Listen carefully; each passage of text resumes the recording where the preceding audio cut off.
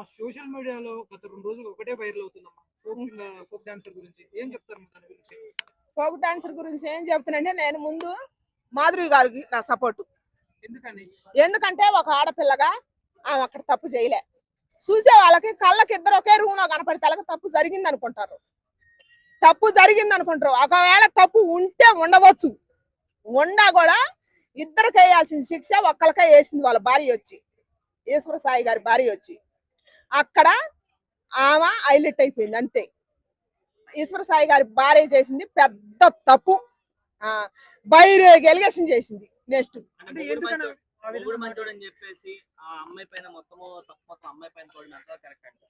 అది కరెక్ట్ కాదు కదా.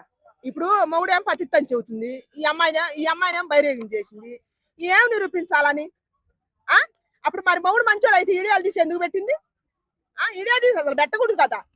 మరి మొగుడు మంచోడు అని తెలుసు కదా, మరి ఏం చేయాలని? అక్కడ ఇప్పుడు ఆ అమ్మాయితో పాటు మొగుడు కూడా అలరైపోతుందిగా, నీ ఫ్యామిలీ కూడా అలరైపోతుందిగా, నువ్వు కూడా సోషల్ మీడియాలో కానొస్తున్నావుగా. ఆ పరంగా అక్కడ ఆమె ఏడ గెలిచింది? ఈశ్వర సాయి గారి భార్య అక్కడ ఆమె ఏడ గెలిచింది అంటే ఆ వీడియో లోపల నేను వద్దా నీకంటే వద్దు అన్నాడు. ఆ వీడియో లోపల దగ్గర వద్దని అంటే ఆమె భయపడినట్టుంది. ఏంటంటే నన్ను వదిలేస్తాను కదా, పిల్లలు పట్టుకుని ఎక్కడ ఉండాలని చెప్పి భయంతోనే నా మొగుడు మంచోడని చెప్పి ఆడ భయం ఏడ కానొచ్చింది? బుద్ధితో కూడా ఆడ అసలు భయమే రాలేదు. ఆడ దానికాడ అసలు ఎక్కడ భయం కానొచ్చింది? అది బైరేగిది మాట్లాడినట్టు మాట్లాడుతుంటే భార్య అలా మాట్లాడుతుందా? అక్కడ భయం లేదు, బాధ్యత లేదు, బంధం విలువ తెలియదు, ఒక బిడ్డగా తల్లియాలు కూడా మాట్లాడతలేదు. మాట్లాడినప్పుడు అక్కడ మనం భార్యని ఎట్ట అనుకోవాలా చెప్పు? వీడియో తీసినామే మరీ ఎక్కువగా రెచ్చిపోయిందని చెప్పి చాలా మంది వీడియో తీసిందా? అది ఫస్ట్ ముందు అది బైరేగిది అయ్యి దాని తోటి ఆడదాన్ని ఏం మాట్లాడాలనేది కూడా మర్చిపోయి, ఇంగితగానం మర్చిపోయి నోటికి వచ్చినట్టు 10 మంది కాడ పనుకుంది చీ చీ అని అంటుంది ఆ కుక్క. దాని బతుకు మీద అందరు చీ అని పోతున్నారు. సిగ్గుండొద్దు. నీ తమ్ముడు తప్పు చేసినప్పుడు తమ్ముడు చంపాను ఒకటేయాలి. అరే నీకు ఒక బిడ్డ పుట్టింది, నీకు భార్య ఉంది, ఇదేం పనిరా అని. అది లేకుండా నువ్వు నీ తమ్ముడిని ఏమనకుండా నీ తోటి ఆడదాన్ని, తోటి నటి, ఏముండ సెలబ్రిటీ ఆడపిల్లని పట్టుకొని నీ నోటికి వచ్చినట్టు మాట్లాడతావు. అదేం 10 మంది కాడ పనుకుందని అంటావు. నీ తమ్ముడు ఏం పత్తిత్తని మాట్లాడతావు. అది తప్పు కాదు. అందుకని వీళ్ళిద్దరు మీద పెట్టాలి కేసు. వీడియో తీసి ఆమె కొట్టడం, తప్పులు చేసుకోవడం, మళ్ళీ ఆ వీడియో పబ్లిష్ చేయడం అంటే ఆమె రిటర్న్ పరువు నష్టం ఏతే బాగుంటది. పరువు నష్టం కింద కేసు పెట్టాలా, ఆమెను చంప కేసు కొట్టినందుకు కేసు పెట్టాలా, ఆమె జీవితం నిలువునితారణంగా ఆగం చేసినందుకు కూడా పెట్టాలా. అసలు వాళ్ళిద్దరు కలిసి కూడా ఆ ఈశ్వర సాయికి ఇచ్చి ఆమెను పెళ్లి చేయాలని కూడా డిమాండ్ చేయాలి. ఆడ అక్ర సంబంధం ఏడుంది పిచ్చోడా? అక్కడ ఏది అక్ర సంబంధం లేదు. అక్కడ అక్ర సంబంధం లేదు. ఇప్పుడు ఒక విషయం చెబుతా. ఇప్పుడు షూటింగ్ చేసే వాళ్ళు ఏం చేస్తారంటే నటించే వాళ్ళు పక్కన ఉంటారు. ఇప్పుడు వీళ్ళు పెద్ద సినిమా తీయట్లేదు కదా, చెరొక రూమ్ లో ఉండటానికి లేకపోతే చెరొక క్యారవాన్ రావటానికి. వీళ్ళు చిన్న ఫోక్ డాన్సర్లు పక్కన రూమ్ ఇవ్వచ్చు, ఒకే రూమ్ ఇవ్వచ్చు. నమ్మకం ఉంటే ఇప్పుడు ఫ్రెండ్లీగా మాట్లాడుకుంటే ఉండొచ్చు కూడా. మీరే చదువుతారుగా ఫ్రెండ్ లో పక్క భుజాలు వేసుకొని తిరగొచ్చు అని. అవి కూడా జరగచ్చు కదా. ఆ రకం కూడా ఆలోచించచ్చు కదా. ఇప్పుడు ఒక ప్లాన్ ప్రకారం రూమ్ లో ఉండాలి. అయితే తలుపు పెట్టుకోరా? వీళ్ళిద్దరు వచ్చి ఎందుకు తలుపు తీస్తారు? ఎందుకు చేస్తారు? ఆ క్వశ్చన్ ఎందుకు రావట్లేదు? ఒక్కొక్కరికి మైండ్ లేదా? చిన్న మెదడు ఏమైనా సితికిందా? ఇప్పుడు తప్పు చేసిన వాళ్ళు అయితే తలుపు ఎందుకు తీస్తారా? యారుండ్రు ఒకే బెడ్ మీద. ఆ చెడు బ్యాకున్నాడు బాత్రూమ్ లో ఉండే ఆ మొక్కతే నా కింద ఉంది. ఈ చెడు బ్యాకింది ఎగేసుకొని వచ్చా రాటతోనే ఆ చంపేనం కొట్టా. ఆ ఈడే తీసి ఆ చెడు బ్యాకిందేమో చీ అని మాట్లాడుతుంది. అక్కడ ఎక్కడ కానొస్తుంది?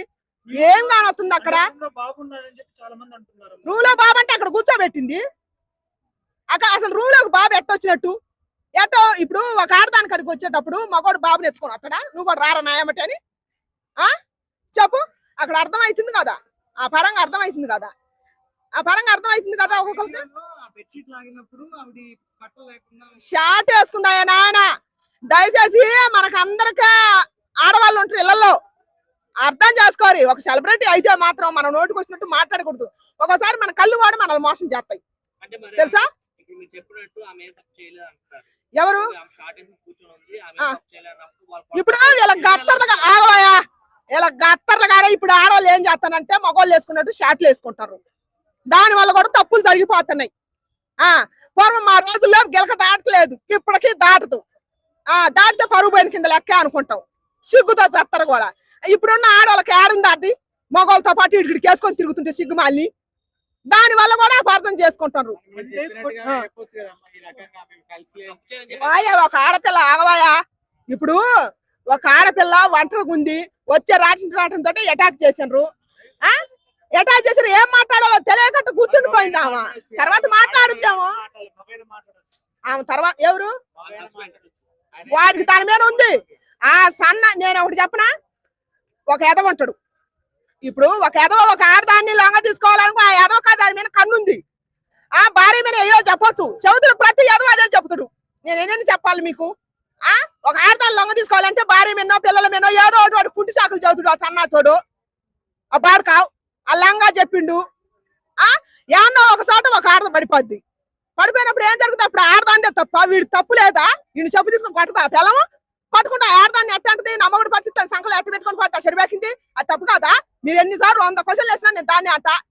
నెక్స్ట్ ఏం చెప్పాలనుకుంటున్నాం ఫైనల్ గా ఇప్పుడు ఇది? ఫైనల్ గా ఒకటే మాట నేను చెప్పేది ఏం లేదు. ఆడ ఆ అమ్మాయి జీవితం సర్వనాశనం చేశారు కాబట్టి ఈశ్వర సాయి భార్య వాళ్ళ అక్క ఇద్దరు కలిసి ఆడ అయినా కూడా ఆడాటి స్థానంలో లేరు, గౌరవాలు మాట్లాడారు కాబట్టి ఈశ్వర సాయికి మాధురికి ఇద్దరికి పెళ్లి చేయాలని నేను డిమాండ్ చేస్తాను. భారీ సింపతి ఉండాలి కదమ్మా. ఒరే 100 క్వశ్చన్లు వేసినా చెప్పింది తక్కువ